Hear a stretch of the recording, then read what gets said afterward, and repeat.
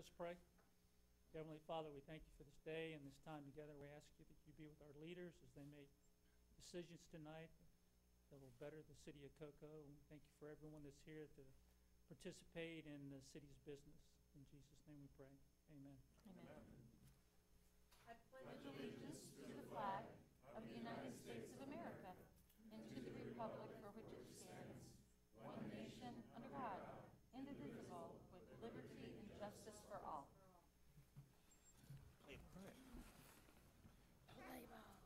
Madam Clerk, roll call, please.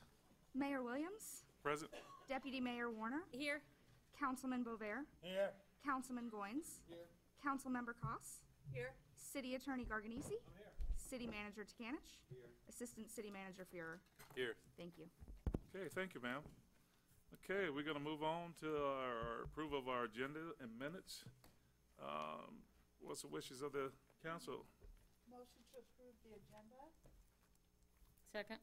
We got a motion by Councilwoman Cost. We got a second by Deputy Mayor Warner. All in favor signify by saying aye. Aye. Aye. Opposed? It passes unanimously. Okay, we have no minutes from the previous meeting, no awards and presentation. We're going to move on to delegations. And we have our first card here, Mr. Alan Chapman from ACVA.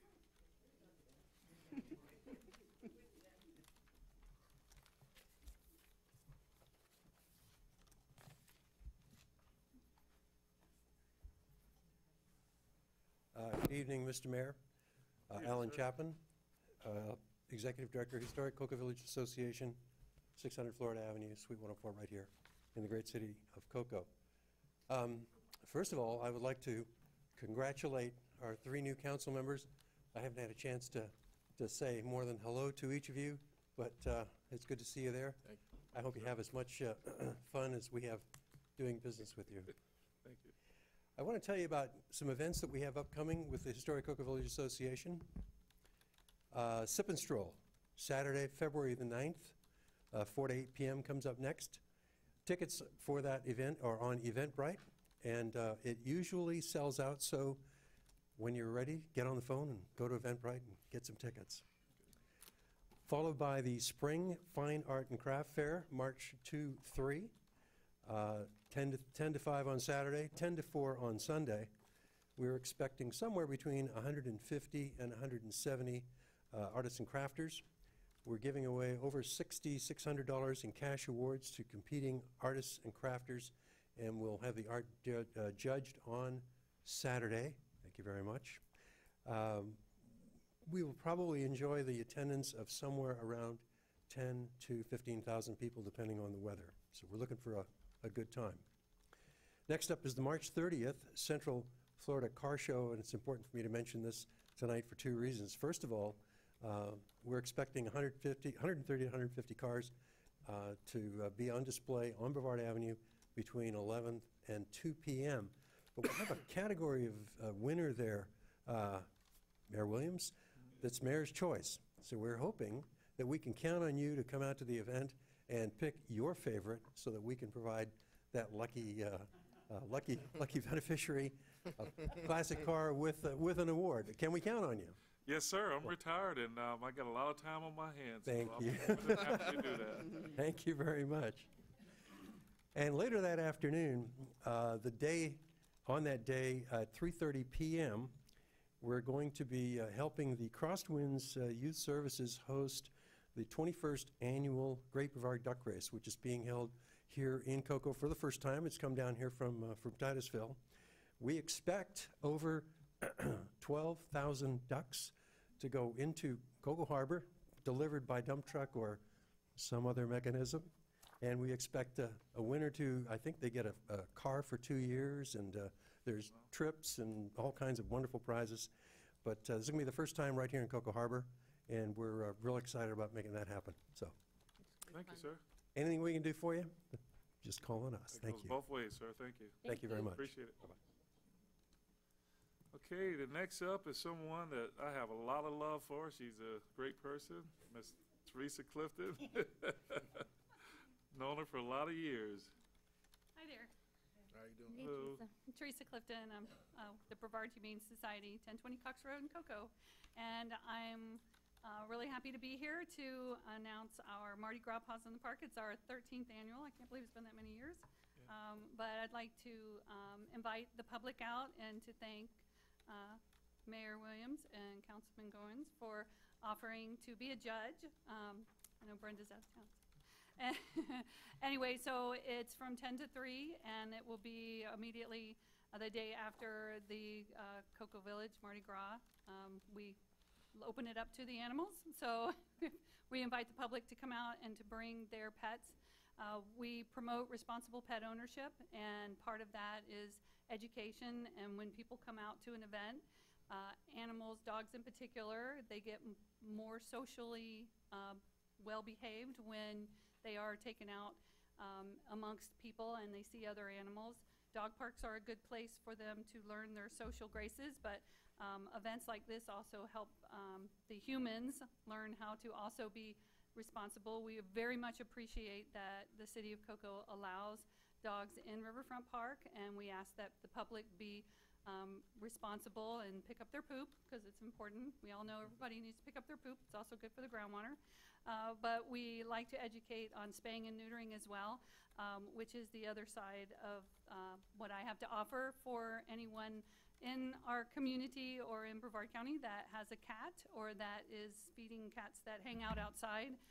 We do have $25,000 from the state of Florida Spay-Neuter Tag, which we are offering for free to spay or neuter low-income kitties or people who are feeding outdoor kitties, because we just don't want them reproducing. And we'll ear tip them, and we'll give them a rabies shot as well.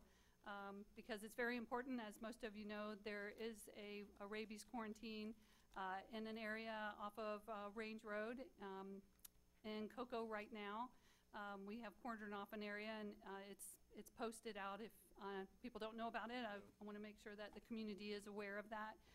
And it was a cat that had rabies, and it's very serious. About 3 months ago in the same area, another cat was tested positive for rabies, and it is a deadly disease, so we are promoting that heavily, and we have low-cost rabies shots available for people that can't afford to go to a full-service vet. Our low-cost spay, neuter, and wellness clinic on Cox Road is available, because rabies is a very important disease that we can't eradicate, but we can prevent it from happening. So we have all kinds of information coming up. The Mardi Gras Paws in the Park, we're very excited about it. And we'll have all kinds of stuff going on with it. I have flyers that I'll put out front.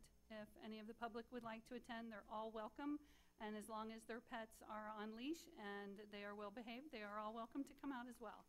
So we invite the public to come out, and we subliminally educate them on the child pet safety arena, as well as all the other pet safety items that are very much necessary for our community. And I thank you guys so much, because as we all know, the City of Cocoa Mayor in 1952 was a founding member of the Humane Society, and therefore our great love and heart comes to the heart of Cocoa. So thank you all so much. Thank you, ma'am. Appreciate it. You guys have no idea how hard a job you got in judging the costume contest. Oh, I know. I've done it a couple of years. And what was the date on that again? Been there. Okay. Councilman Goins. I just want to throw a disclaimer out. If I do not pick your dog, I am sorry. And so don't sick your dog on me, please. All right? Thank you so much. Okay. Thank you, ma'am. Yeah, it's a tough job. The only thing harder is kids' costumes. Yeah. Okay, and next we have Candace Rogers from CVNC.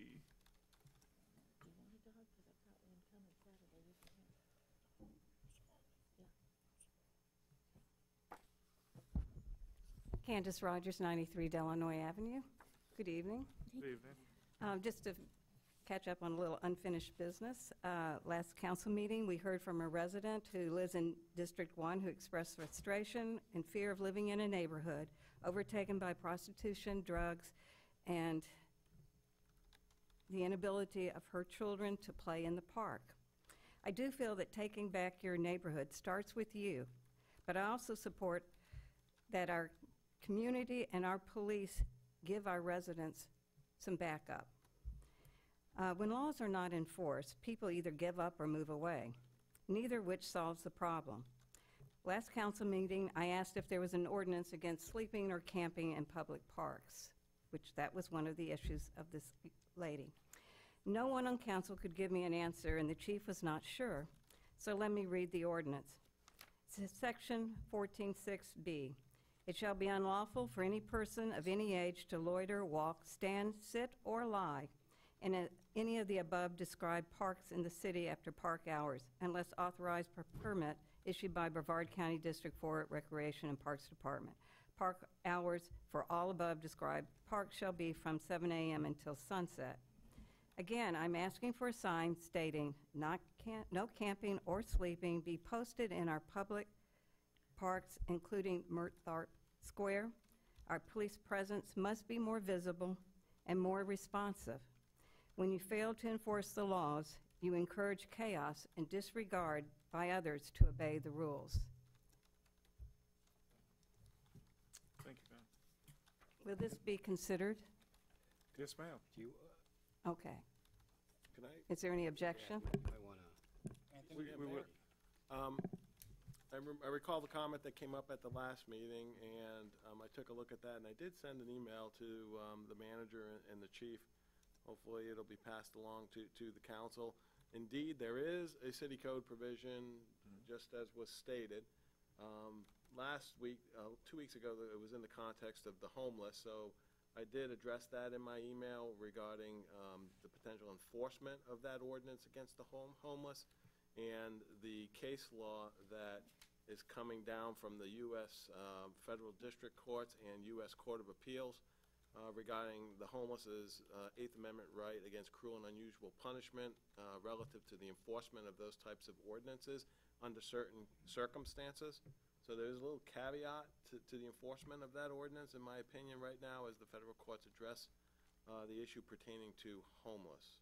I believe that there was a case in Washington or Seattle, but regardless, what they said, I believe, was that you would have to have enough beds to provide for the homeless, which I believe we do, and if we do not, then we should try to expand that so that there is an alternative, and therefore we would be staying within the law. Yeah, I mean, that's a little bit more detail, but that is correct. The courts do look at it under the prism of what other accessible areas are available to the homeless to engage in basically life-sustaining activities. Yes. And to the extent that they are available, reasonably available, the courts seem to take that into account relative to the enforcement of ordinances that you have brought to the council's attention the last 2 meetings. Yes, so then, as again, this is really a Brevard County issue. oh, yeah. And it's not really a only Cocoa issue. Right. So again, we need to join together on this issue with the leaders of the government and of the non-government hospitals and see what we can do. But we also have to respect what our merchants are facing in the village. And ma'am, I could tell you that I met with some of the mayors and state representatives from Rosa, and that was one of the things that we talked about. It's being a county issue and not just a Cocoa issue, because we had been I was addressing some issues with reference to the city of Cocoa. So we're all going to sit down. We've talked about sitting down and getting together and trying to figure out what we can do as a whole. Good. So, I think that's the best way to Council, go. posting of the signs is not an issue. It's the Enforcement. It's the enforcement that potentially could be an issue under certain circumstances. But if we have enough beds and we can direct them to those beds, then we're within the law, correct? Right now, we That have goes no to beds. that goes to enforcement, of Yeah. course, against the homeless. We have no beds right now, except on a cold night. We have a cold night shelter, and that's it. Well, perhaps we can work with some of the churches. They're empty at night, generally. Thank you. okay, thank you. Okay, next we have Mr. Alex Greenwood. And this is what, safety, right? Yes. Okay. Thank you.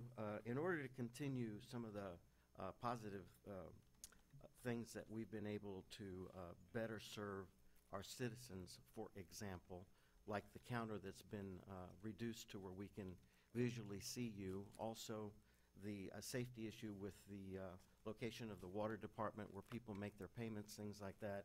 I wanted to bring up and readdress something that was brought up about continuing that safety aspect for access to the council chambers.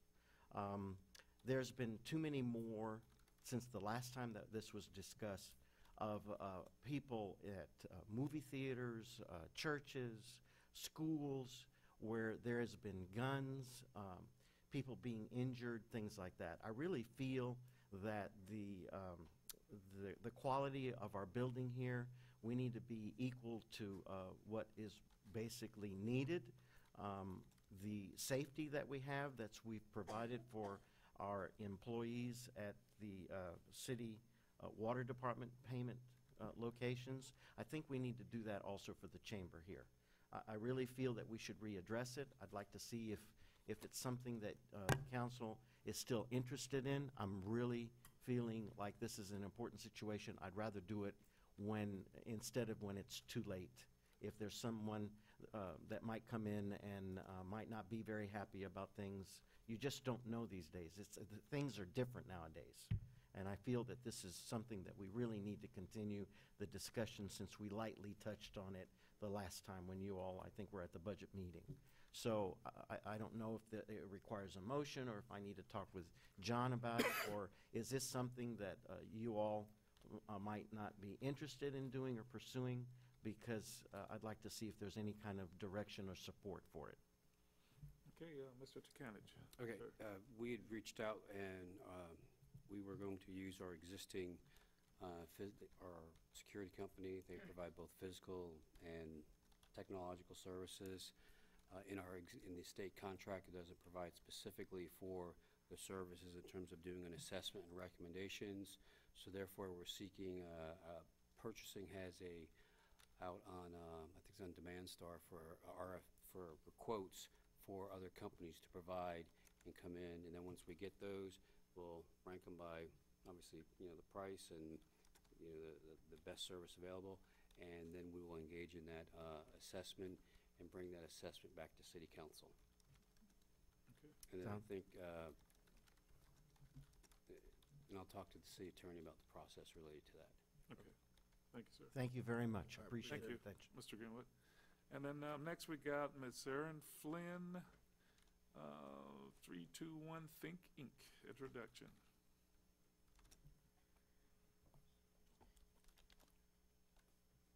Hello, my name's Erin Flynn.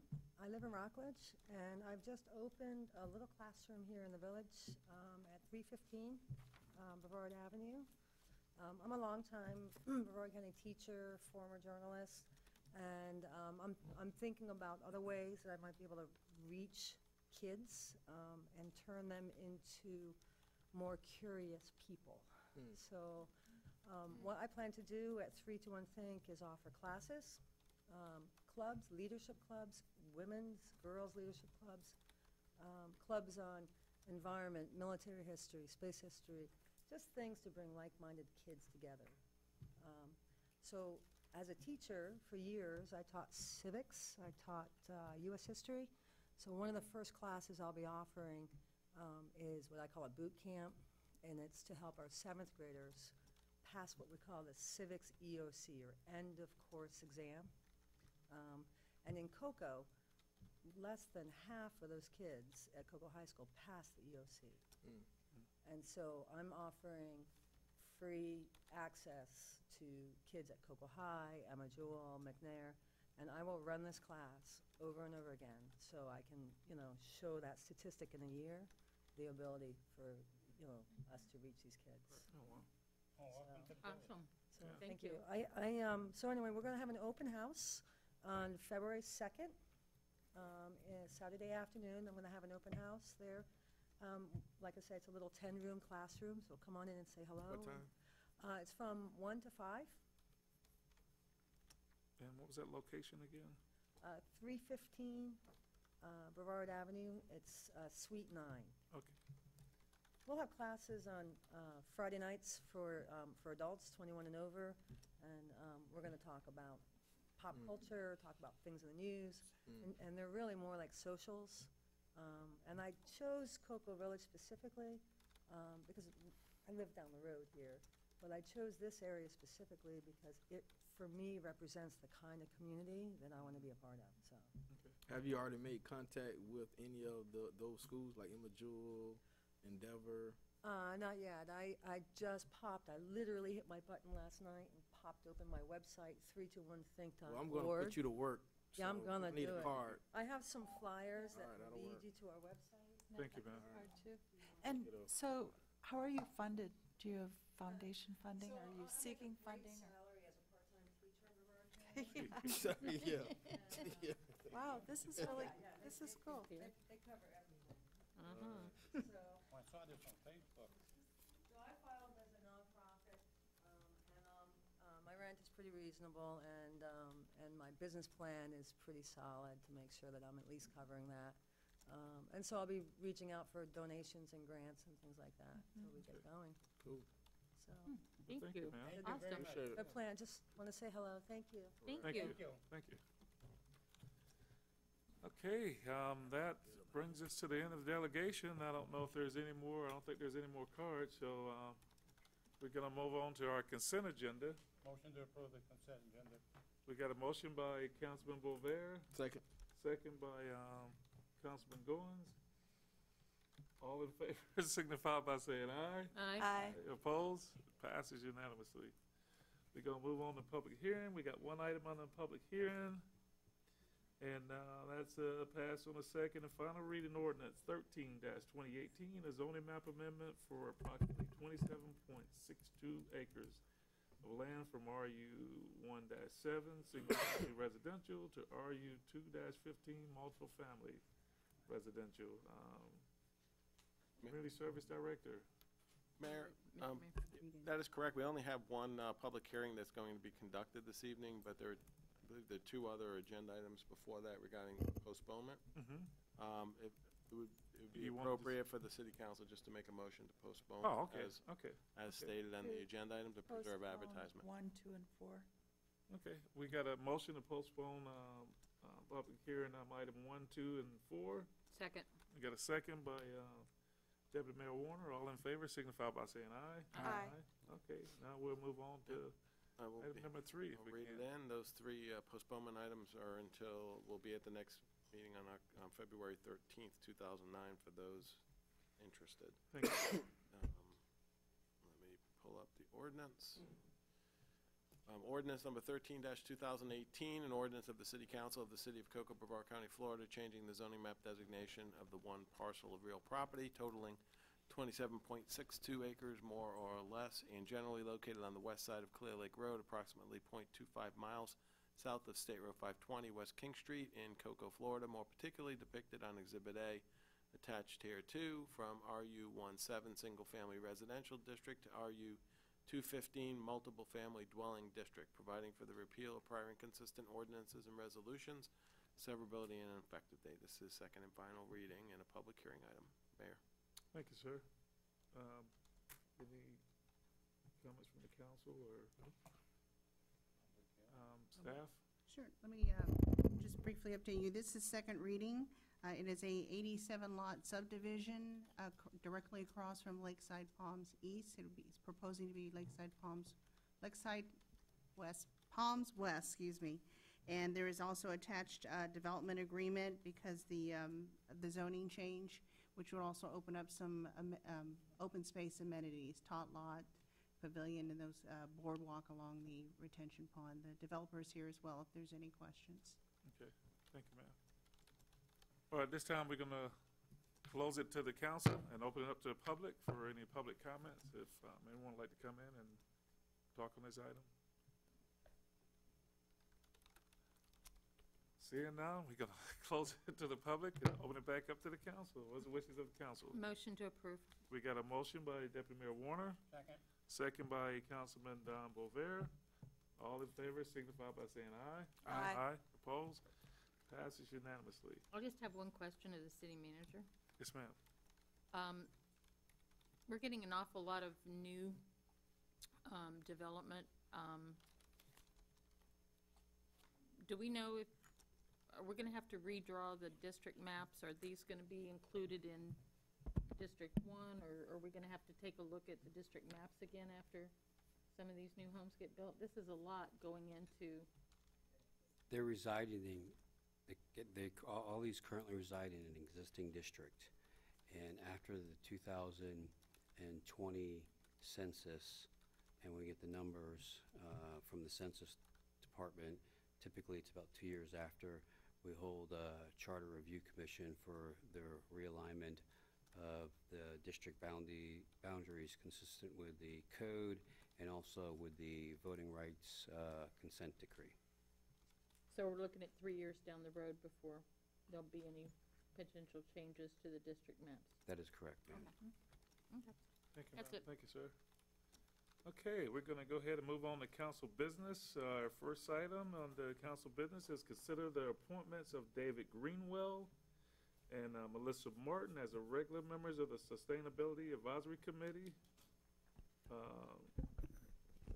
Yes, sir. Administrative Services. I just wanted to point out, Ms. Martin is in the audience here, and I'm not familiar with David Greenwell, so I'm not sure. He's here if too. present. Okay, that's what I thought. Oh, I okay. just wanted to point that out. Okay, Okay, and, I have my light oh, go ahead. on. I just wanted to say that I had the opportunity to meet Mr. Greenwell and convince him to join the Utilities Advisory Board. He actually lives in District 3, and that is a committee that really needs more representation at this point. In fact, we would only be missing a representative from District 1 then. I think the Utilities Advisory Board is really an important advisory board. I think they're, we have this $80+ million enterprise, and we have lots of water issues, and I think that the meetings are pretty valuable. So he's going to be applying, or actually has already applied, so that could just come before the council at the next meeting. No, it's, Actually, you could probably do it this time just by changing the motion to, Okay. yeah. so he's one, Yes, he's willing to serve on the Utilities Advisory Board. Awesome. And I was just going to make a general comment about the advisory boards, because I think they're really important, and I think they're really important to having public participation, and just the foundation of our democracy here. It's just really good to see so much interest in people being involved in these committees. I am hoping that we can do something similar to what the county does, which is and I've heard it mentioned here before, but the Citizen Ambassador Training, I think they call it, where they have They have a Citizens Academy, I a believe. Citizens Academy, that's right. And I know that was really valuable for me when I took that training. It gave me a better understanding of, the fact that the parks are run by the county, and maybe why some parks are priorities and others aren't, as well as other things about the local government. And it's great to have that context when working on these committees. So I'm hoping that we can move forward with something like that, John. It's actually in our strategic plan, and there are several models that the League of Cities has, so we can work on trying to incorporate that into the schedule over the near future. Okay, great. The other thing I was going to say was that I think we're all kind of aware in recruiting members for these advisory boards. I know that Brenda recruited my husband, and that's how we initially got involved in the committees. But I'm actively, seeking people for this committee, just to let you know. So I can make a motion at this point, or if there's well, I more just wanted discussion? to, maybe the city attorney want to explain, because you're saying that he wants to be on the Utility Advisory Board, but this right here says the Sustainability Advisory Committee. So, Mr. Mayor, staffs would revise its recommended motion to consider the appointment of David Greenwell to the Utilities Advisory Board, and then Melissa Martin as a member of the Sustainability Advisory Board. Committee. Okay. And we'll be happy to have Melissa there. She'll be a big asset. Oh, yeah. Okay. Someone like to make that motion, or? Okay, so I make a motion to appoint David Greenwell to the Utilities Advisory Board and Melissa Martin to the Sustainability Advisory Committee. Second. Okay, we got a motion by Councilwoman Kosh and a second by Deputy Mayor Warner. All in favor signify by saying aye. Aye. Aye. Opposed? It passes unanimously. I don't know if you guys want to come up and say anything. You're more than welcome, but welcome aboard. Welcome on board. Well, So, okay. okay, Great. thank you. Thank you, appreciate it. That's all? Okay. Then we move to item 2 on the council business. We have consider their application of Mr. Michael Klug as second alternate member of the Code Enforcement Board. Motion to approve. Second. We got a motion by Deputy Mayor Warner. We got a second by Councilman Bover. All in favor signify by saying aye. Aye. Opposed? Passes unanimously. Thank you, sir. He was there before. He was awesome. Yes, he was, yes. And I have one question, looking over that list. It notes the Drug Nuisance Board. What is that? The The- Drug Nuisance Board is a part of Code Enforcement? Well, the Code Enforcement Board and the it's the same board, they just serve two functions. One related to drug nuisance and abatement, and the other one, code enforcement, related to the maintenance of properties consistent with the codes, by the city. Okay, now our next item on the council business is consider the appointment of 3 of the following applicants as member of the Planning and Zoning Board. We have Ms. Jerry Blanco, Craig Dixon, Trina Gilliam, and Alec Greenwood. And what it is, we have one regular, I guess, Yes, sir. There's a one- member that we need and 2 alternates. Yes. That's my understanding, so. Yes. Well, I make a motion that we, Jerry Blanco, It's where we, You want to you got do, 4, you gotta vote We- on all of them. Yeah. well, you want to do them You can't vote, individually or as a Right? group? You gotta vote one at a time, right, John? The agenda item has a summary of all of the candidates. I just wanted to point out, out of the candidates, all were residents of Cocoa, except for one, and Carrie Shealy notated that in the text yeah, of he the fills that background, 33%. Okay. which was Mr. Dixon. And I believe everyone's here. I don't know if Mr. Dixon's here. So, No, I had a question. It's Moore, is he still on that board? Jack I was Moore? looking at that list, yes. Jack Moore? Yes, he's Yeah. on the board, Yeah. yes. Okay, and so he still attends meetings? Yes. Jack Moore does? Okay. Well, didn't, Hold the it. current roster is attached to the agenda item. The- Yeah, we're just, go ahead, I'm sorry, go Yeah. ahead. Okay, I didn't realize he was still active on that. Yes. Of the year list. do we His know term whether we, expires sorry, 2019. Mayor? On Moore, are we sure he's still active? I thought I recall seeing an attendance memo. that There is, went yes, with him. that's what I was just Unless asking. something's recently There happened. is an item coming at the next council meeting, but there has been an issue with attendance Oh, okay. on meeting the requirements as set forth in the So he's still on resolution. for now. That's correct. But he Yeah, could be 'cause removed, he could be removed at any time. Yeah, I know he's had some medical issues, but I Yeah, don't, they I might- don't know what the status is on that, so. Okay. So that'll be on our next agenda to address Mr. Moore's attendance, is that what you're saying? That's correct. Okay, all right. So we need a motion for the regular member vacancy and the 2 alternates. And out of the what I 4 would say is, as you point the regular member, and then you point the 2 alternates, you identify the first alternate, the second alternate, because then the first alternate would then move up if, in fact, Mr. Moore was removed from the board. So, Don, your motion was for an alternate or what? To appoint her to the board, isn't there a Well, there's one regular vacancy Yeah, and I'm 2 alternates. making a I think. motion for her to take for the regular Vacancy. seat. And what about the 2 alternates? I would suggest We maybe do you 'em want to separate. do I think them one we at have a to do time. one at a time. Yeah, Since yeah. There Yeah. are Probably four just- candidates and three openings at the moment. I Yeah. don't know whether. I second Yeah, that because motion. Okay, then we can Like- discuss. You still have a discussion, yeah. Yeah, go ahead.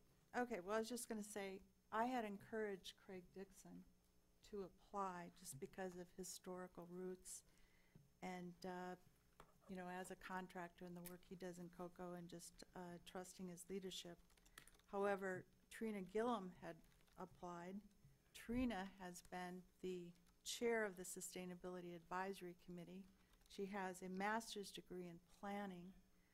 She has really provided a lot of leadership on that committee, and certainly she's done other things in Cocoa as well.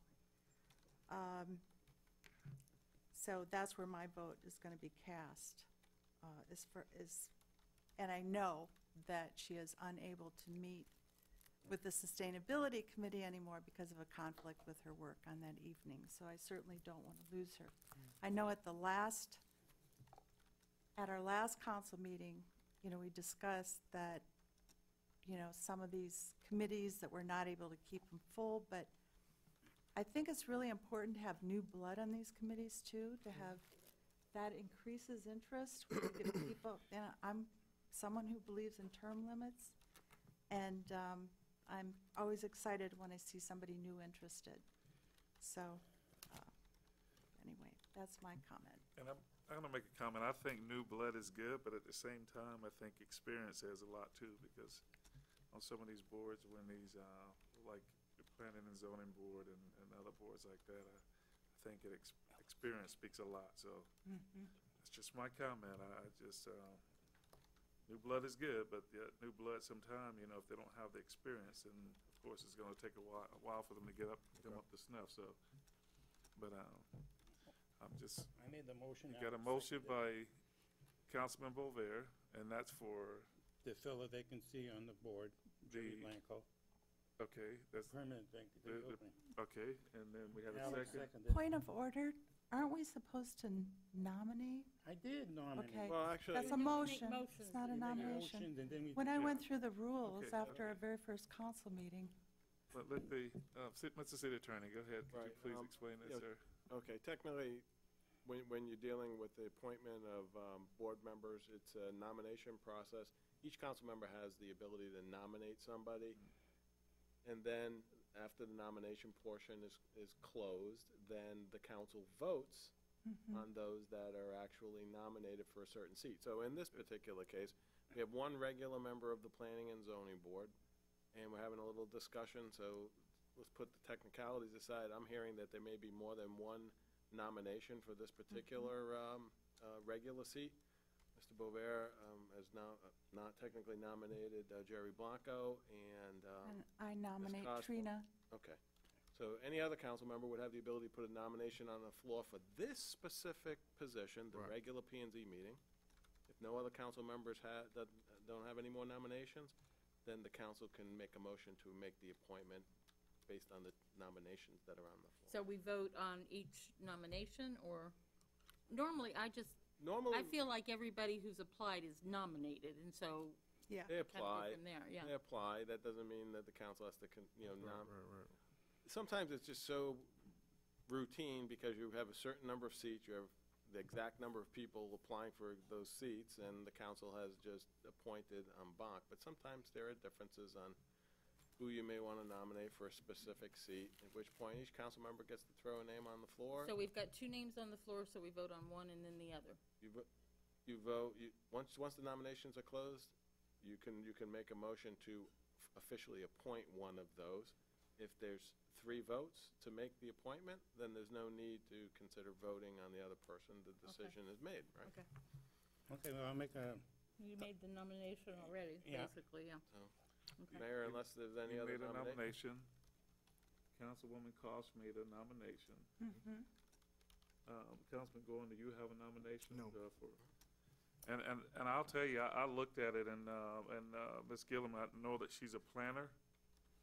And when I was looking through that, and I was looking for the most qualified, but then I know that former Councilman Greenwood has a lot of experience with reference to that. But I know he's got a lot of stuff that's possibly coming down the pipe that could be a little bit of a conflict in a sense, and I'm sure he knows that. And but I like Ms.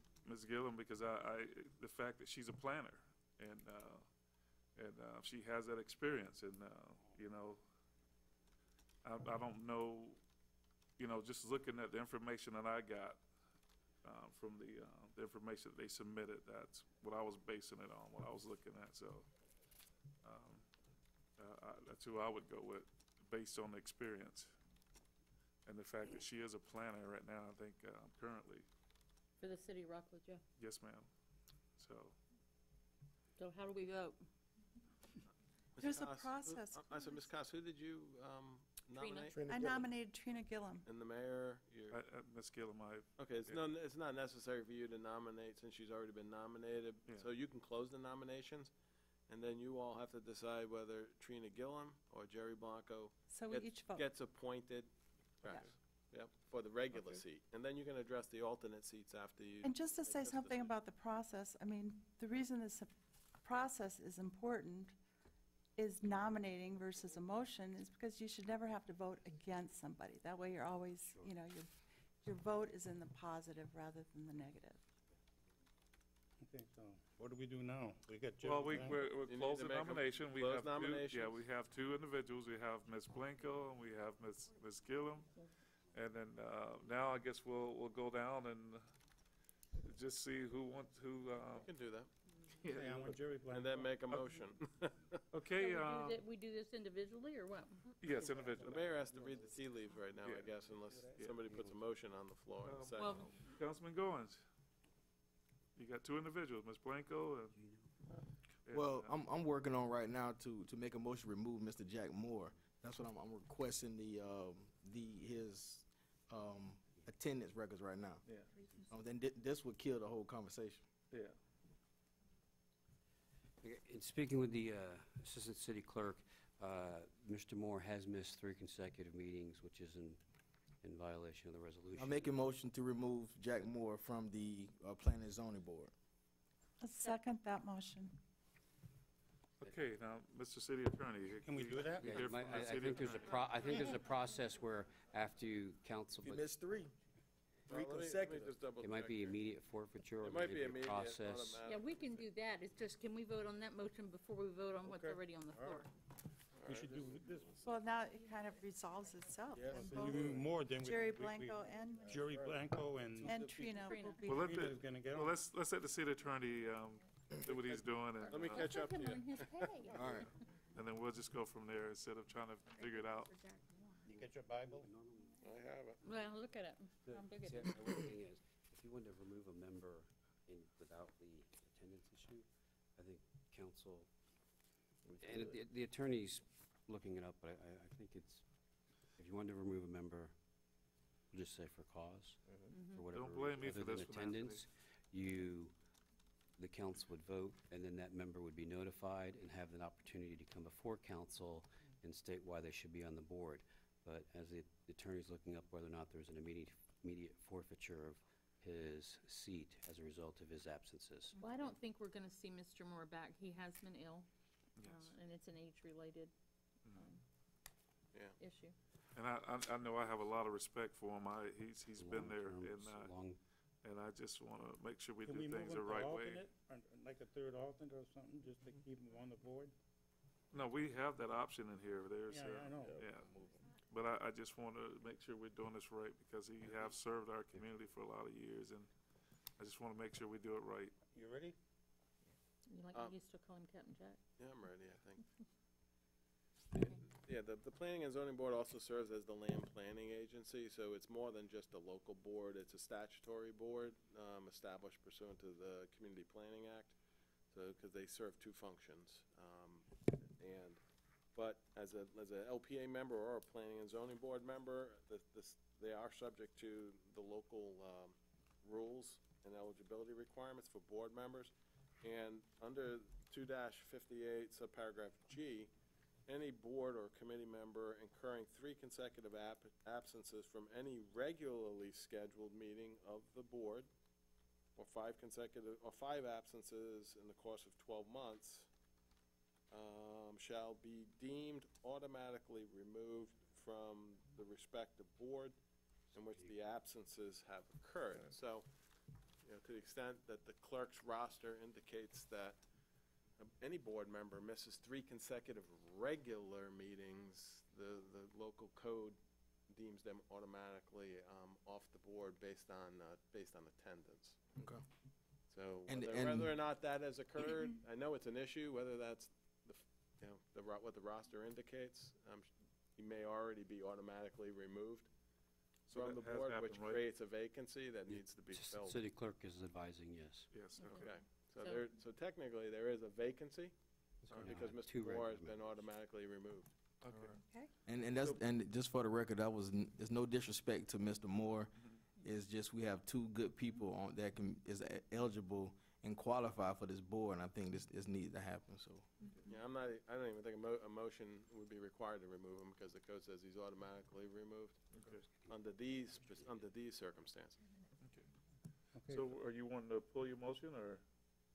If it's not necessary, the- if he says not necessary, then we'll pull it in. So we nominating Trina Moore and Jerry Blanco. We got Right. two, and we got, so we're gonna have to We amend have the, two spaces. the motion need to reflect that these are for two regular, seats on the planning and zoning board. Well, So, then I um, will make a motion that we appoint Jerry Blanco and Trina Gillum to the two regular available seats for the Planning and Zoning Board. Second. Okay. We got a motion by Deputy Mayor Warner, a second by, Cost. Councilwoman Cost. All in favor signify by saying aye. Aye. Opposed? It passes unanimously. Thank you, Mr. City Attorney, and, I'm just glad that we're finally, You're not done Make yet? a, oh, I know, And I I would know. like- I know. Two alternate members. But I'm just saying that I'm glad that we're figuring this Yeah, stuff out, yeah. so we don't have to go through this again in the future, so. Okay. And But I thank would- you. You're Okay, welcome. we got, I'd like to make a motion. okay. for a point. A nomination? Yes, or I guess a nomination, but, well, I mean, we have two seats and we have Yeah. two seats left, so, I guess it would be a nomination, to place Alec Greenwood in the first alternate and Craig Dixon in the second. Second. We got a motion by Councilwoman Cost. We got a second by Deputy Mayor Warner. All in favor signify by saying aye. Aye. Opposed? It passes unanimously. Thank you, Mr. City Attorney, and, All right. I'm glad that we didn't drag this out too much. And, Hey, me either. thank you, sir. And we're going to move on to item number 4, provide the city manager directions in applying for the ICMA scholarship to attend the 2019 Harvard Kennedy School for Senior Executives in State and Local Government Program. And number 2, applying to serve as a member of the FCCMA Board and a Board of Directors. Mr. City Manager. Yeah, I think the motion, the requested action speaks for itself. I have provided all members of council the ICMA criteria and related to the application and the requirements as it relates to the post-session requirements. The ICMA, the tuition program fee is, the scholarship is $16,500. It doesn't cover travel and other expenses, of which I'm willing to personally cover those costs for the ICMA scholarship if I was selected as there's 2 scholarships with ICMA to attend the Kennedy School for Senior Executives in State and Local Government. And the deadline for the application is January 31st, and one of the requirements is that it does require approval by the City Council. So that's for the ICMA, and then for the FCCMA, the second part of it is the FCCMA Board, Florida City County Manager Association is currently seeking positions on their Board of Directors, Secretary and Treasurer, and at-large as well as a Director at Large. Director at Large is a 2-year commitment. I think the other one's a 4-year. They schedule 4 quarterly board meetings. They're generally conducted or scheduled in connection with Florida League of Cities or additional FCCMA activities that are occurring at the time. And then I also include in the agenda item other community and professional associations which I serve. I'm a member of the United Way Board of Directors, the Endeavor Elementary, the Community Partnership School, cabinet member, and then the League of Cities Legislative Policy Committee, Land Use and Economic Development Committee. And I'm currently the Communications Committee chairperson for the Florida City County Management Association, of which typically one of the requirements of board members is to chair one of the committees.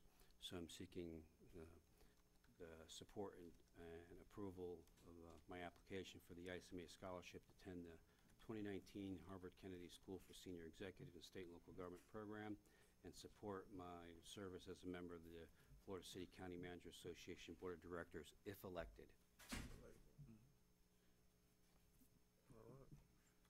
Motion to approve. Wait a minute, we get a light, Brenda. Yeah, Councilwoman, we got a motion by Councilman Goins, but I didn't know the light. Deputy Mayor I'll Warner. second for discussion. I just, actually, I just wanted to make a comment. I think we are very fortunate that we have a city manager who has the possibility of getting a scholarship to the Harvard Kennedy School for Senior Executives in state and local government, that he's even qualified to apply. And I think we should all be very excited by the fact that he's willing to serve in these other positions with the association. I think we're very fortunate that we have a city manager who only sleeps about 4 hours a night and gives about 20 hours a day to city business. But I think it's a win-win for the city, for us as a council to have somebody with this kind of knowledge, and also for the citizens of Cocoa to have a city manager with this kind of knowledge and education and background. I don't see how we could possibly go wrong with having a city manager who's well-educated and well-involved in government outside the city of Cocoa. So I'm seconding Mr. Goins's motion for those reasons, because I think this would be really awesome. Okay, we got a motion by Councilman Goins, we got a second by Deputy Mayor Warner. And, you know, I looked at this and I talked to him about this too as well, and I told him right off the bat that I support it. But at the same time, John, I mean, Mr. City Manager, JT.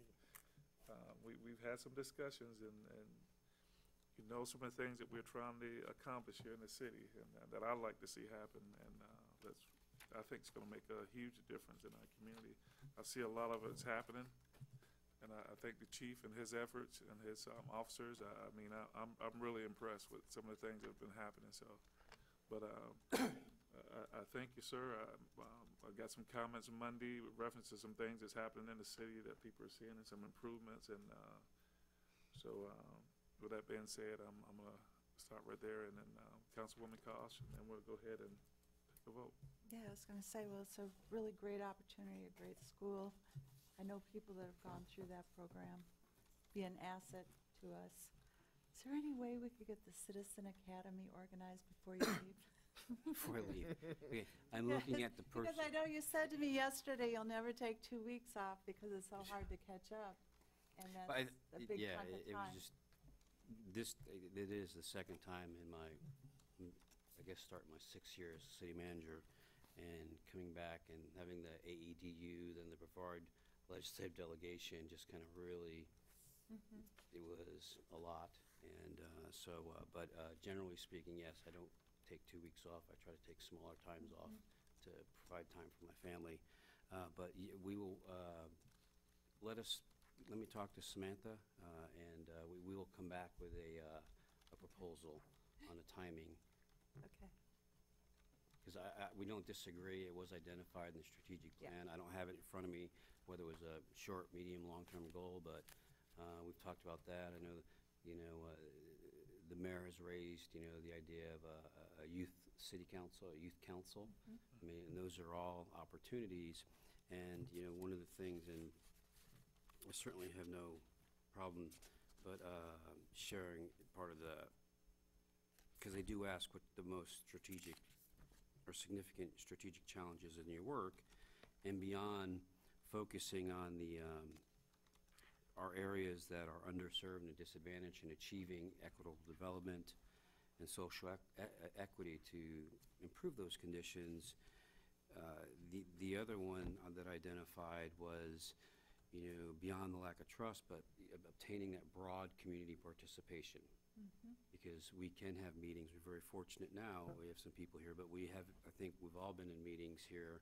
I think the budget's arguably could be one of the most important decisions the council make, and we have one or two people, and we will push it. So, and we would like to get to a point, I think all of staff and council as expressed in the leadership retreat is, coming together as one community.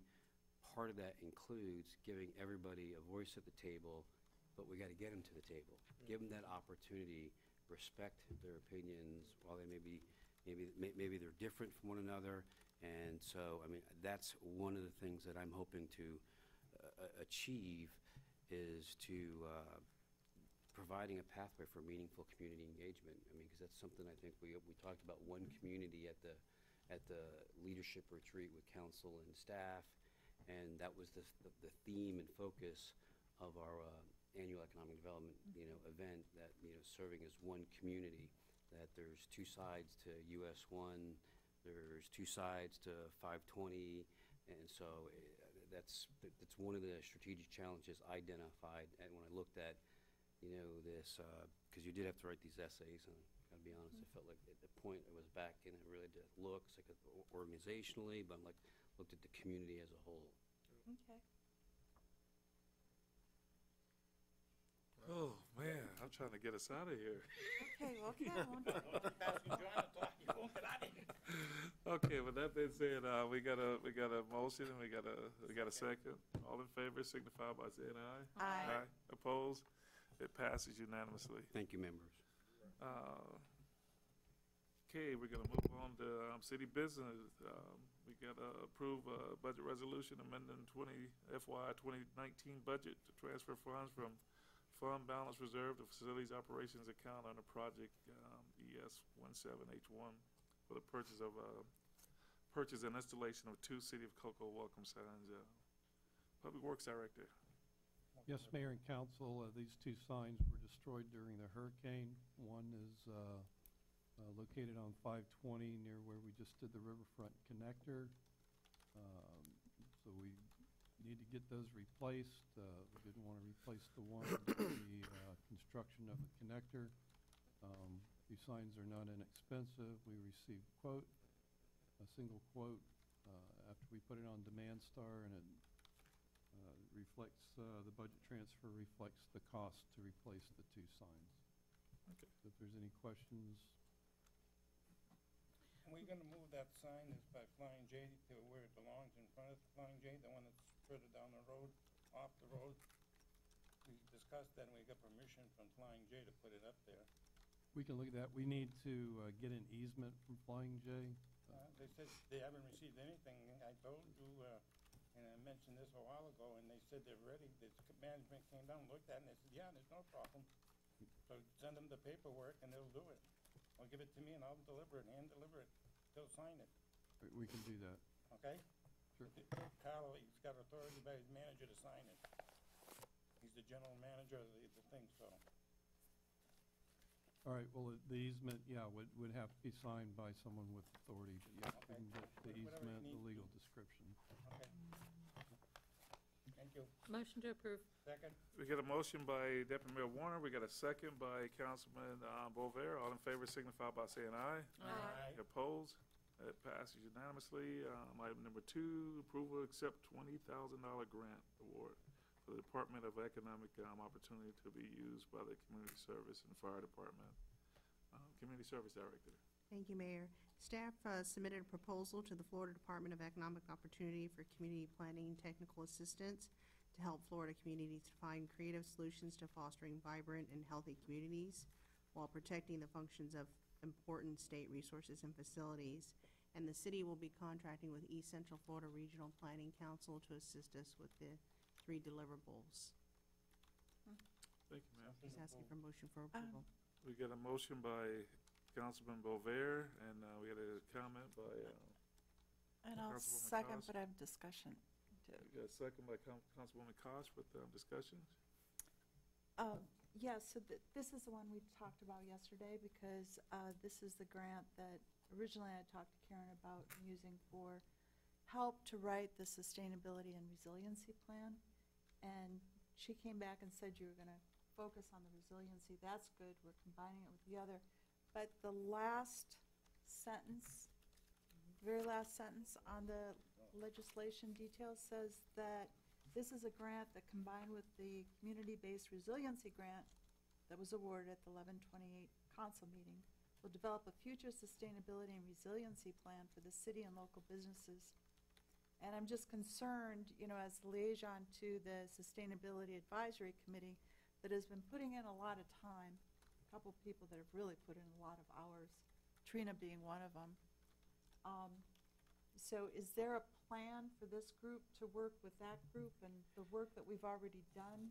Yeah, it's actually, try to, some people say they have a steel trap memory, but there was one of the three grants, actually two of them, where we initially were not selected, and then apparently additional funds appeared, and I think this may be one of them.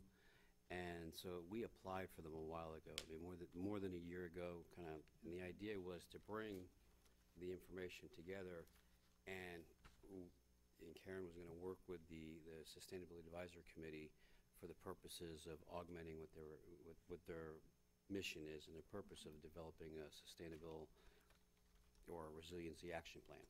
So yes, we will. We are. I know Nancy and Finance Anthony Hagan are in the process of making sure that we get a better understanding of how the three grants will work together. And I think what we'll do is we'll report.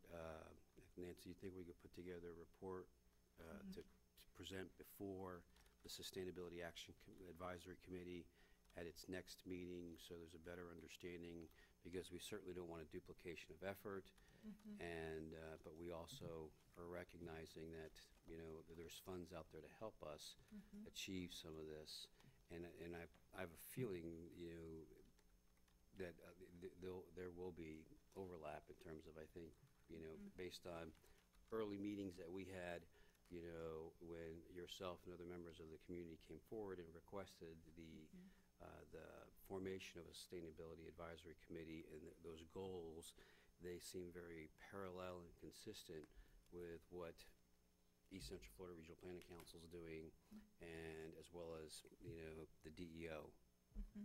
Well, we definitely need help writing it. It's a very difficult task under sunshine for a committee to actually write a plan. So, you know, that will be welcome, but I would just hate that any of our volunteer leadership, their work is overlooked or not considered or not And I was, incorporated. Nancy, you want, is it, what is it, February? I wanted to mention, we are also having the Resiliency Strategy Workshop. We mentioned it at the last Sustainability Advisory Committee, and we're going to mention it again. So that's going to be Tuesday, February 12th at 6 p.m., and that will be led with East Central Florida Regional Planning Council. So, and what we can do is, maybe we can have the recording secretary post that more than one member of the Sustainability Advisory Committee will be in attendance, because, you know, we certainly would, the city and the Sustainability Advisory Committee would benefit from them attending this workshop because of the work that they've done, and they would provide some very meaningful input, because, you know, sometimes you roll these grants out and everybody thinks, I can go back to think when we did the Brownfields grant. Well, you're just, the first meeting's like trying to educate. Well, here we have a group of very interested citizens that have a vested interest, time, and effort that would be able to provide meaningful input as, you know, we move forward with East Central Florida Regional Planning Council. Okay. Okay, so that, we got a motion and a second. All in favor, signify by saying aye. Aye. Aye, opposed, it passes unanimously. We'll move on to city business, number 3, stormwater utilities. Number 1, authorize city manager to approve task order with Mead and Hunt for engineering services. 2A, authorize city manager to approve purchase orders and agreement with Static Consultant Services, Inc. And 2B, approve a waiver to the competitive bid procurement process. for professional services provided by Stantec Consulting Services. And then number 3, approve a related budget resolution amended the 2019 fiscal year budget. Mr. Public Works Director. Yes, Mayor and Council, this project is a long-term look at our utility system, our stormwater utility system. We've not had a capital plan in place for quite a while. And with my departure, kind of like to get a plan in place, long-term plan. We have Mead and Hunt that is proposing to look at multiple projects that need to be or should be completed. One, to comply with our stormwater quality improvements that are required through the Basin Management Action Plan for the Indian River Lagoon. We have maintenance needs. We have some old pipes and open ditches that need to be filled in. And we have equipment that'll need to be purchased. Of course, it's going to take funding to do that.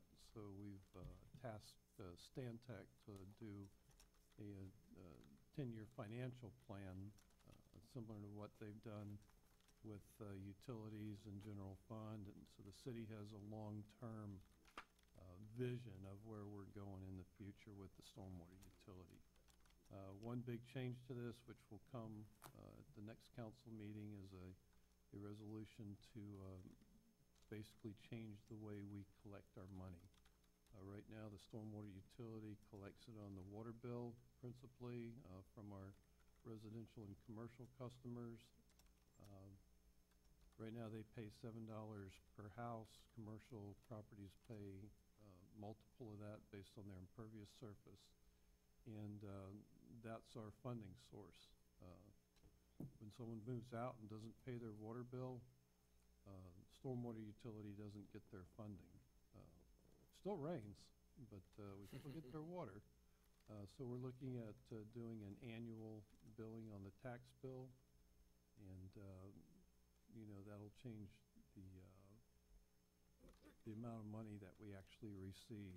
And then Stantec will provide the rates that will be needed to meet the projects that we propose to do in the next 10 years. Okay. So Did you see my? kind of a gear going together, everything works together.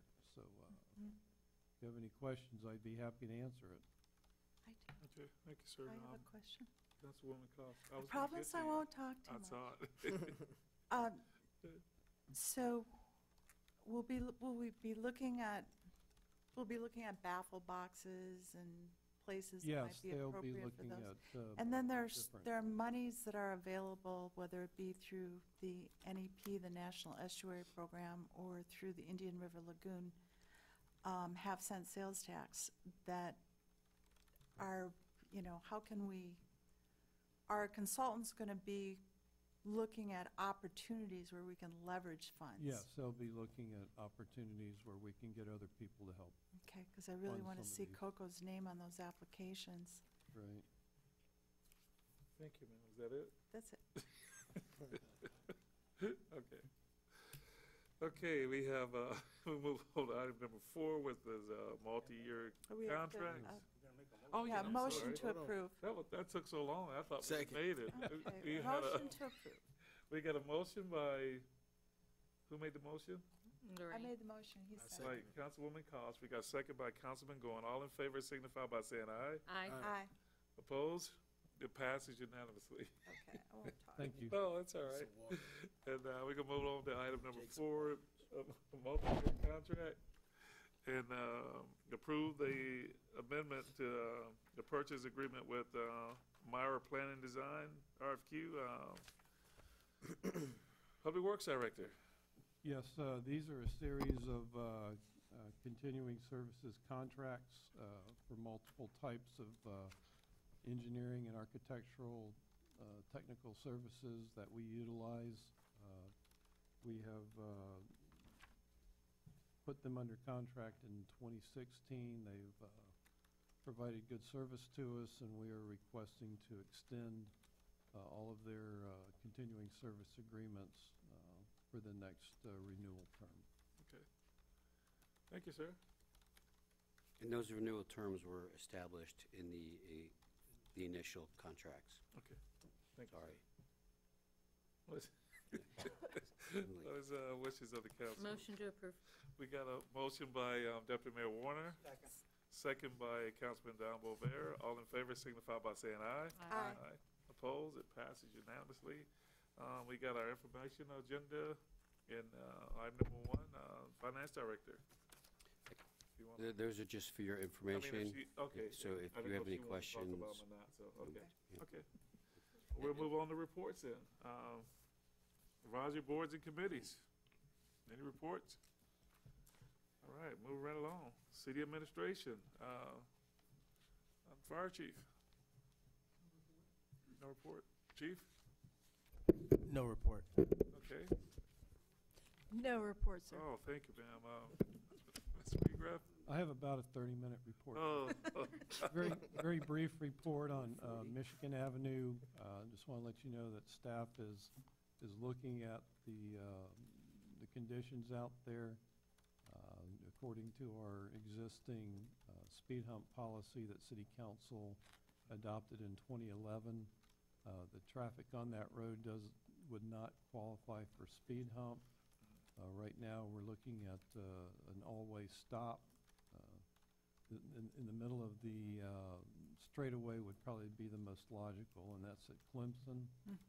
We're looking at the possibility of doing that. And incidentally, we're looking at a couple other spots in the city to do all-way stops, one at Wilson and Peachtree, where our employees enter and exit across Peachtree. Sometimes it gets pretty busy when that light changes. And another spot is down here in the village at Factory in Florida. Okay. So we're looking at those also. Okay. I think on Michigan, yeah. that's a good idea. We said Princeton or Stratford. Almost had somebody hit Street on Michigan. He said Clemson. Clemson. Clemson is in the middle of the straightaway. Clemson is down on 2-lane, I think would slow them down. 2 lanes in the curve, Yeah. and we're kind of looking at that. We're not Okay. sure whether that'll be, you know, Okay, that's fine. don't want people rear-ending at the curve, you know, due to sight distance issues, so we're, Thank you, that's fine. okay. Thank you, sir. And, Ms. Bunt? No report, sir. Thank you, sir. Thank you, ma'am. Utilities Director. I have one item, just wanted to let you all know that I was invited to present to the Utility Sustainability Committee. It sounds like the next meeting is going to happen sometime in mid-February. There was some kind of change. It was supposed to be January. And then any of that presentation or any of that input that I get from that committee, certainly our next Utility Advisory Board committee, then I would give that same presentation and modify it and include anything that comes out of the Sustainability Committee. And Councilman Koss is as a liaison for both those committees, so that kind of makes that smooth. So that's all I have for tonight. Thank you, sir. Administration. No report. Thank you, ma'am. No report. Wow. Mr. City Attorney. No report, Mayor. Wow. Assistant City Manager. I do have an item. If you may recall, at the October 10th City Council meeting, there was an item brought before City Council for information regarding McFarland Park in the city of Cocoa. And subsequent to that item, City Council had provided direction for those individual lot owners of the Carlton Terrace subdivision to get together and form a consensus on what they would like to do with that park. And those members did organize, or at least a portion of the members organized a meeting that occurred this past Friday, January 18th. And coming out of that meeting, there's a second meeting to be held February 2nd from 3 to 5 p.m.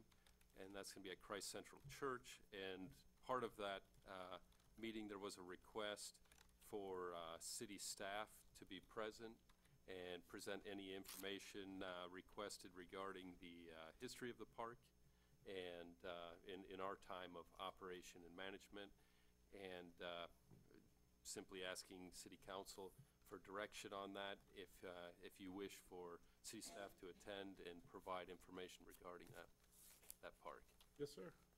Yes. I'm in support of it, yes. Definitely, yes. Yes. Anything we can do to help them come to a decision is in their favor and ours, so definitely. Yes. A lot of the property owners in there are more recent and may not know the history, so, you know, so many things have changed over the years. It's a really good idea to give them what we have. Yes.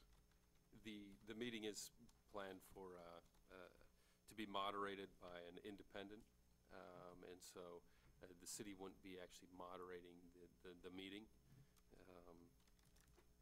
Just be there for informational purposes only, okay? And then maybe you can bring us a report back as to how it's going, okay? All right, thank you. Thank you, sir. Yep. Councilwoman Cost? I was just going to say, I know there are several people in the audience that were here specifically for this item. Did you want to add anything to We're that? just or- asking you about your opinion. Oh, I as think I far have to as- probably recuse Yeah. myself from anything with McFarland Park. No, they're just asking for direction as far as sending staff out to meet with them. That's Yeah. all. Yeah. Are you in support of it? Councilman Goins? Oh, yeah. I'm okay. Oh, okay. I guess if members of city council would prefer to attend, it could be noticed as a public meeting. Yeah.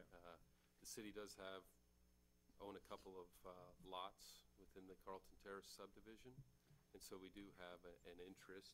I won't be able to attend, I've got something else that day, but I think Councilwoman Cost is probably gonna be there as a property owner, and it might be good for, you know, some other people to go. What's the date? But February 2nd, February 2nd from 3 to 5 p.m. at Christ Central Church. They're just off of US 1.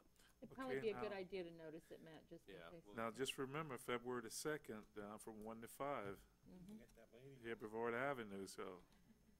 Yeah, So let's, careful. So I Community cleanup day. It's but gonna be a I good- understand, I mean, that there's people that will be there, and then there's others that can go there. That'll work, it's fine. Well, she's We'll be- teaching it's all civics, so It's all good. Yeah, she might wanna attend that meeting. Yeah, we'll work it out some kind of way, so. Yeah, we can do both. There's time for both, yeah. Okay, nothing further. that's it, and congratulations on the little one. To you and your wife, so. What's the name? Solly Ray Fuhr. Awesome, Okay. that's good. Okay. Get John. Oh, okay, John, now, Mr. City Manager. Okay, I'll just try to, some already covered, so. One, I want to thank all of council and staff and the participation and the community's turnout for the annual economic development update. Especially appreciate our speaker, Eddie Morantino. I think his comments, and we are trying to get a synopsis of, with the lack of a PowerPoint presentation, a synopsis of those comments in written form, because he did offer some key takeaways and principles in terms of promoting and advancing one community. So that, last week, as you know, I want to thank council and all those that showed up at the Brevard County Legislative Delegation. You're aware that there was two local bills that were being proposed. I'll just say, Mr. Mayor, you did an excellent job on presenting on the issue of partisan elections, that bill. And then there was also the local bill on pre-charter CRAs, and both bills did not, move forward in terms of it as a local bill with the support of the legislative delegation. Last week, staff and myself had the opportunity, and I want to thank Commissioner Lober, for his time. He was very gracious. I mean, what was a 1-hour meeting scheduled turned to, I think, to about an hour and a half meeting where we discussed Cocoa CRA and the Diamond Square CRA following that meeting that kind of was sprung on us, back in December. And we appreciate his time and his effort to understand and learn more about our CRAs and the issues. Just real quickly, everybody knows about the federal government shutdown, so I have two items. If there are federal employees that are, being impacted, the United Way, you can contact 211 because they do have some resources that are available in terms of some support and assistance, as well as to include some loans and stuff like that. But the other, so that's one, that's a resource for our, because we as our water utility, I mean, we just think we have Kennedy Space Center, Canaveral Air Force Station, Patrick Air Force Base, and there's probably some other, other federal facilities. So we have a lot of our customers that are being impacted. So at this point, I have directed, and I'm just seeking consensus from council, is that for any federal employee, I mean, they would have to, show us their, obviously, contact us, let us know, but that we would not, if they contact us in advance, we will not cut any water customer, the federal employee that's furloughed or being impacted by the shutdown. We would not cut their service off. And although they would receive bills that indicate initially that there's late fees, we are proposing to waive those but they would just come off at a later bill, and then we would set up a payment plan for them, recognizing the impact of the federal shutdown. Yeah. So I would need consensus for that last one in terms of the. I'm for it. Sounds good. Sounds good. Yes, sir, I support it. I had it written down on my pad, and we discussed it earlier, and I was glad that you did that. And Scratch also, it off. and then also, I'm going to be headed over there for for a meeting they're having at the Union Hall on Saturday, and I'm going to relay that message as well, and let them know that, because I will be speaking there. So. And the last item I have, Mr. Mayor, and members of council, is this past Friday, I attended the Space Coast Public Managers Association, at which Tara McHugh with the East Central Florida Regional Planning Council spoke, and the East Central Florida Regional Planning Council recently adopted a regional resiliency action plan. It's 140 pages. I've been slowly going through it. But at the next meeting, I just want to give you a heads up. The clerk will be putting on the agenda a resolution in support of that plan. And I think it marries well and is very parallel to what the city's trying to achieve. And just want to give you a heads up to that. And that's all my report. Thank you, Mr. Mayor and members of council. Thank you, sir. Deputy Mayor Warner. I just have a couple things, Mr. Mayor. First of all, February 2nd is going to be a very, very busy day. Mrs. McLaughlin and the Powell kids are doing a yard sale that day from 8 to 2. Please go by and support them and buy something, but also if you have some things of your own you would like to sell, they will let you set up a table and do your own sale for $20.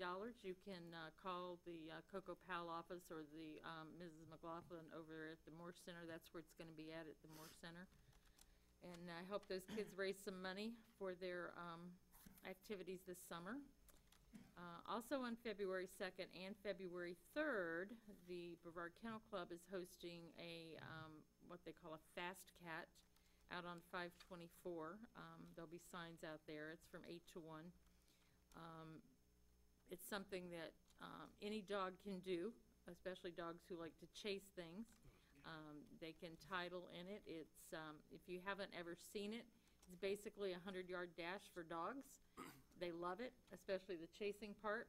So if you've got kids and dogs, you want to bring them out and watch, give it a try. We'll be doing fun runs just to see if your dog likes to do it.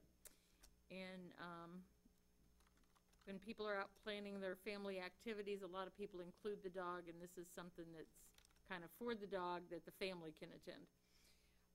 I would also like to apologize for missing the MLK Day March and events. I usually get to attend that. But this year I was up in Deltona for the day. I'm actually spending a lot of time in Deltona these days. My mother is very ill, and I've been visiting her 1,146 miles on my car this week. So, Sorry to hear that. I will be available as much as I can, but Mama comes first. She's the only one I got. Definitely. And I'd also like to say that I'm sure our thoughts and our hearts go out to the victims and the people in Sebring, Florida today. Being involved in city government, I can just imagine how horrible that is for community. They lost 5 members of their community today in a mass shooting. Please include them in your prayers tonight. And just one quick question for Mr. Ed. I know we stopped mowing the little area there at Dixon in the river because it's not our property and we really don't have the time and the effort to do it, but the fact that we're no longer maintaining that is making it a dump.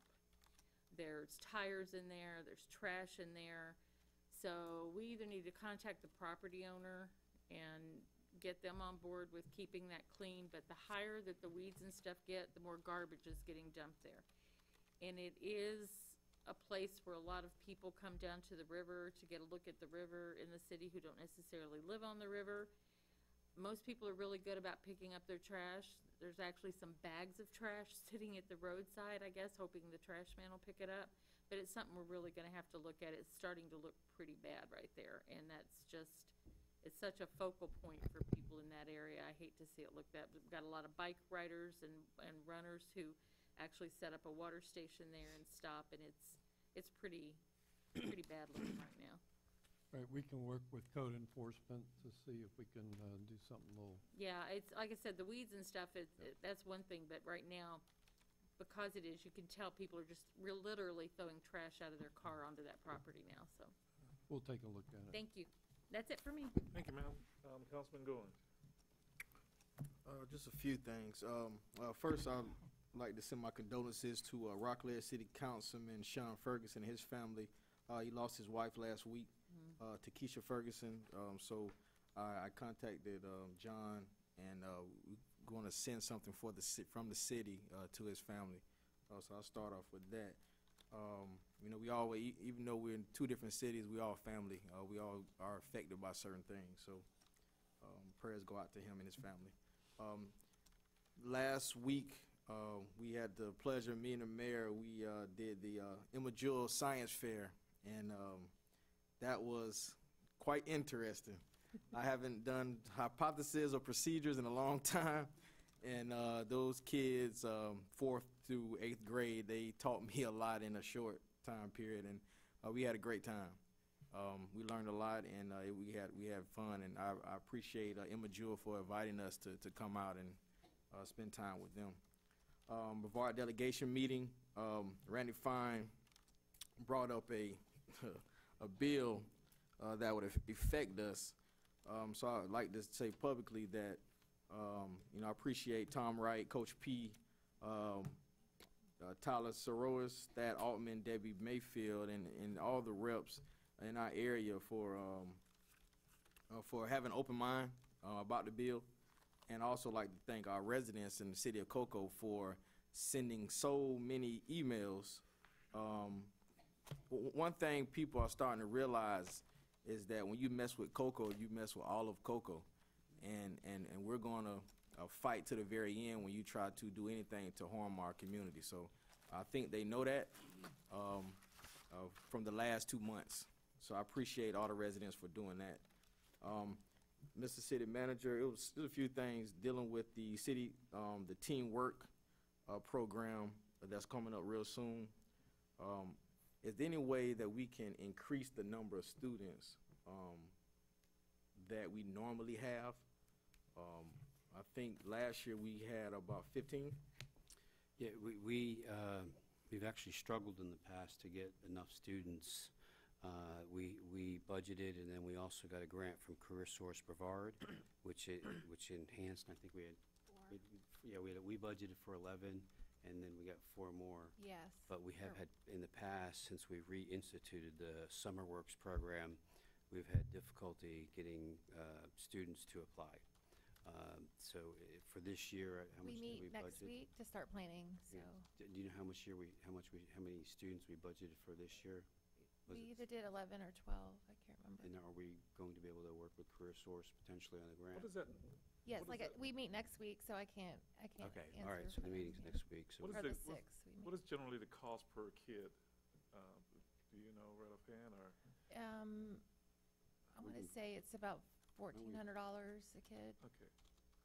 You can bring it back to the council. Yeah, we can bring it back, specifics. oh, yeah. Yeah, because I don't mean to interrupt Yeah, you, yeah, you Councilman Vaughn, but I know I've talked to some business owners, and they're more than willing to help with a lot of stuff that we do involving kids, and they said it's just a matter of us reaching out to them, and they're willing to do whatever they can, and whether it be monetary or whatever it might be. So I'd just like to know that so that we can pass that on, and maybe someone would like to donate toward that program. So. Okay. Or host a student. That would be Yeah. ideal there, because like I said, we've had difficulty Hosting getting it. some of them that just, well, local government's not my thing, but maybe they might be interested in working in a private sector. Well, along those lines of working in the private sector, if we could provide a student or maybe reach out to Mrs. McLaughlin at PAL, she could use a student for the summer over there as well. So, I mean, if we're going to look at that, and maybe we have a way that we could fund a student for working with the PAL program over the summer too. And I'll just add, another challenge that we experience is having a COCO resident student versus a non-COCO resident student. We always give priority to COCO residents. Sometimes through just a lack of candidates or applicants, you know, we don't leave anybody behind. If there's a spot for them, we take them, so. Okay. Well, maybe we need to work a little harder to get some kids to apply, so maybe that can fall back on us. Yeah, I think we have a lot of resources out there. Sometimes, sometimes parents may overlook different information that we may have online. We can come up with some other ways to reach out. I know a lot of people that would love to help out in this, so Well- I would love to be a part of the process. Yeah, I have a partnership with the AVID program at Cocoa High.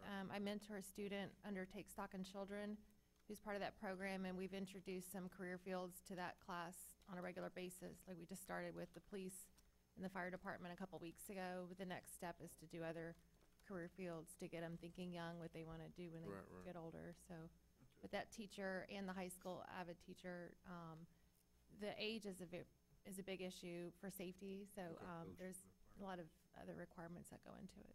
Okay. Thank you. The next item I had was, I know at one point, I think 2017, that's the last time I remember, of the Citizen Reentry Program. Why did that go away, and what's the process of bringing that back? I mean, I know that, but Matt worked with the alternative behavior, so I'll let him go ahead and. Yeah, I think Councilman Goins, you were a part of the Crime Prevention and Awareness Committee that helped develop that portion of the strategic plan. One of those items that came out of it was to develop a program that would support those reentering the COCO community with a background that may be an impairment to their future employment, and thus they fall back into the same system. And so out of that, we looked at what type of work could be done in the city that, you know, someone with possibly even low skills could just step into, earn a living, and also receive some of the other social mentoring that would be necessary. Looking at some of those providers within the community, there was one in particular that also had a private branch of their church, which was required to carry the insurance for the program. And so the city entered into a contract with them they would bring the prior offenders, we would supply the equipment, and then the areas to maintain. And the program got underway. It was successful. Obviously, with the funding that we were providing for, you know, the inmates from the state prison system, we used that same funding to provide for this program. We received up to eight inmates at a time for a crew under the state's program. Under this program, we would have about 3. And so that program was successful. There was even some media coverage on it as well.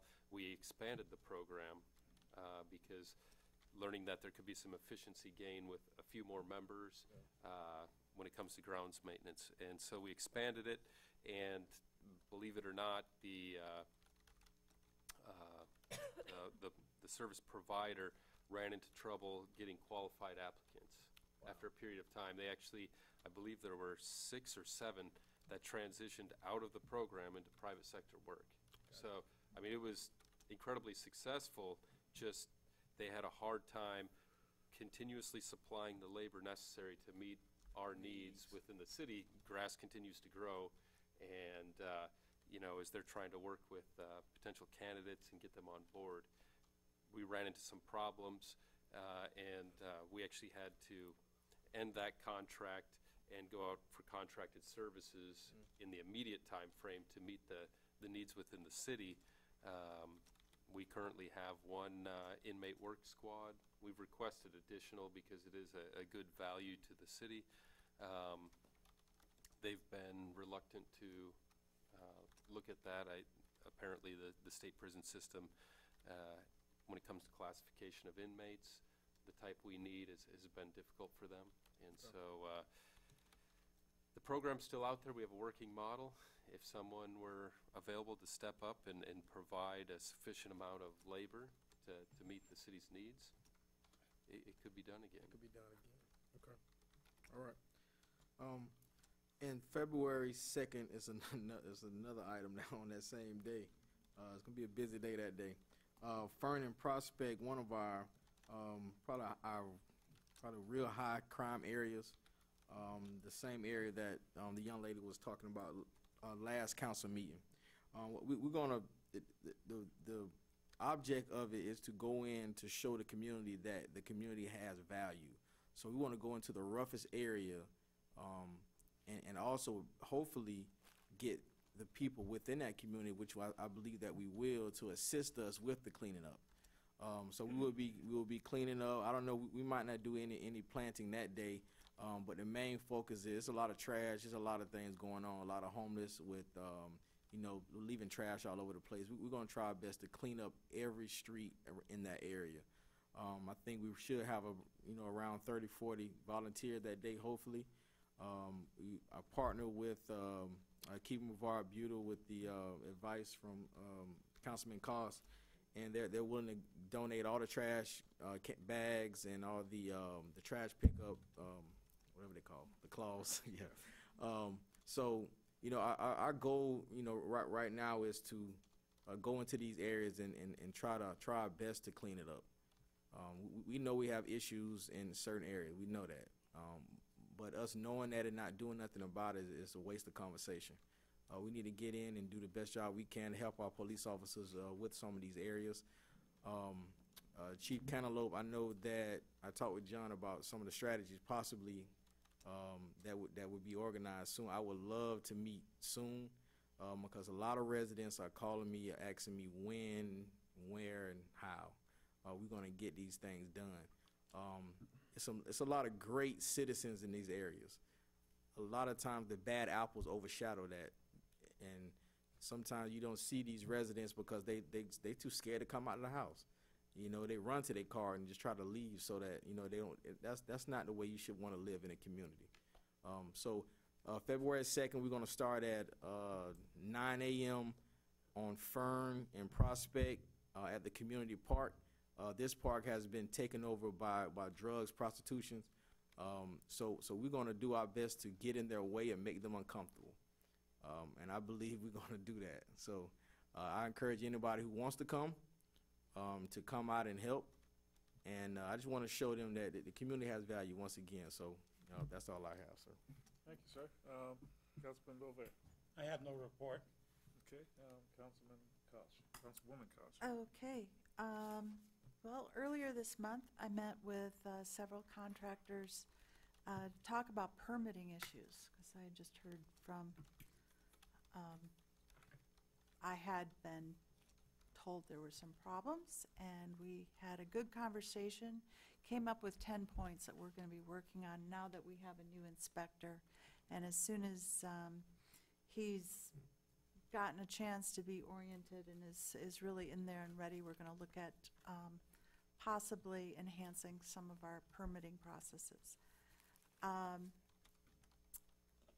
also attended this was just a webcast with the new Solar Together, the FPL Solar Together program.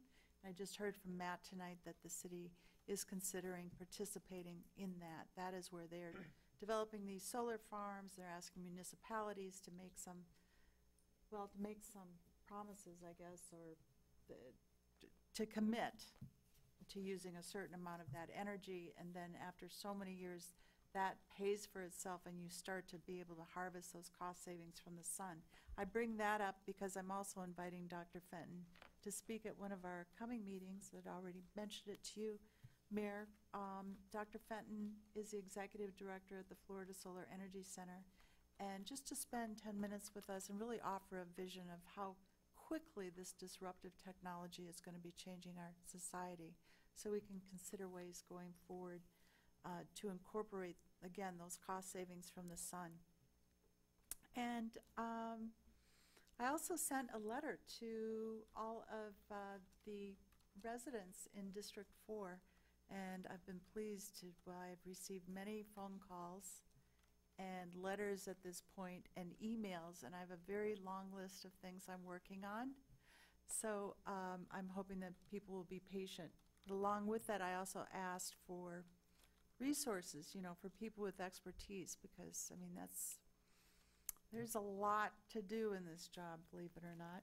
I guess everybody up here knows that, but to increase bandwidth with research and, you know, resources from the community. So, of course, I was at the MLK parade with you guys, and my husband and I have also been working on the community garden up at Lutheran Messiah Church that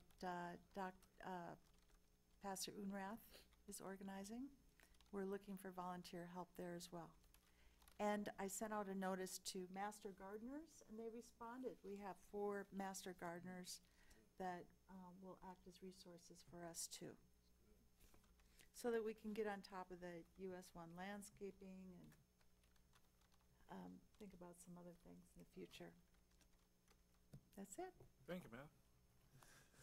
I'll try to be real quick here. It's been a very busy couple of months or a month or so being elected to office. We've had our challenges, and but it's been good. It's a good learning experience for a lot of us. And but I thank all our delegates for listening to us and understanding where we were coming from with reference to our CRAs and also as well as first partisan versus nonpartisan as far as at the municipal at the city level or municipal level.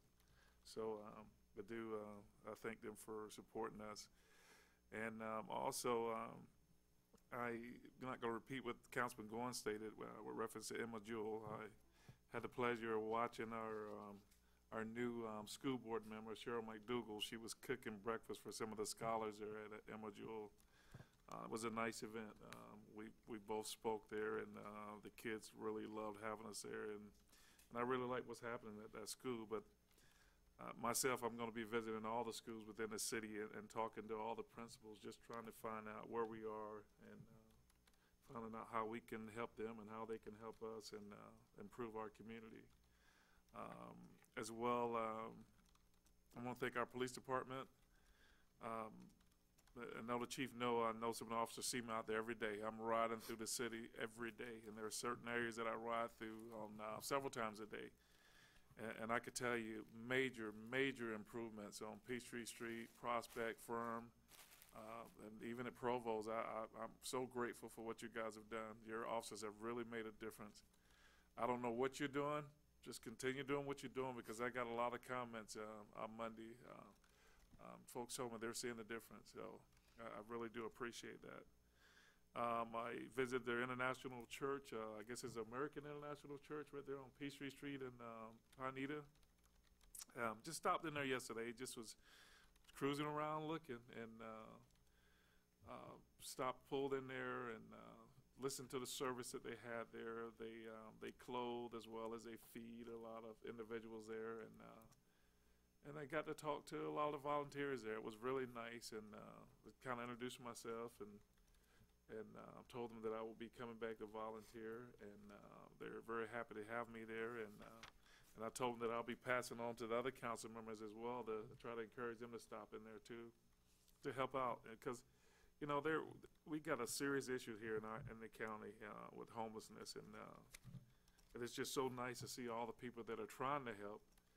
But there's so much to be done, and like I say, we need to come together as a community and see what we can do to try to curb some of these issues that are happening in our community. And there's just so much more that I can go on and talk about. But it's not about me; it's about us, and it's about us changing what's happening in our city. So I'm so proud of what everybody's doing up here. And I'm so grateful that I have the opportunity to work with everyone that's here, and I look forward to working with everyone here, and I look forward to all of us making some great changes in our community for the betterment of our community. And so with that being said, if I can get a motion to adjourn. I'm not stepping on Don's toes. Okay, motion to adjourn. We got a motion to adjourn by Councilman Don Bovair. Second. We got a second by Deputy Mayor Warner. All in favor signify by saying aye. Aye. Aye, passes, and Ariando. everyone be safe. Joanna.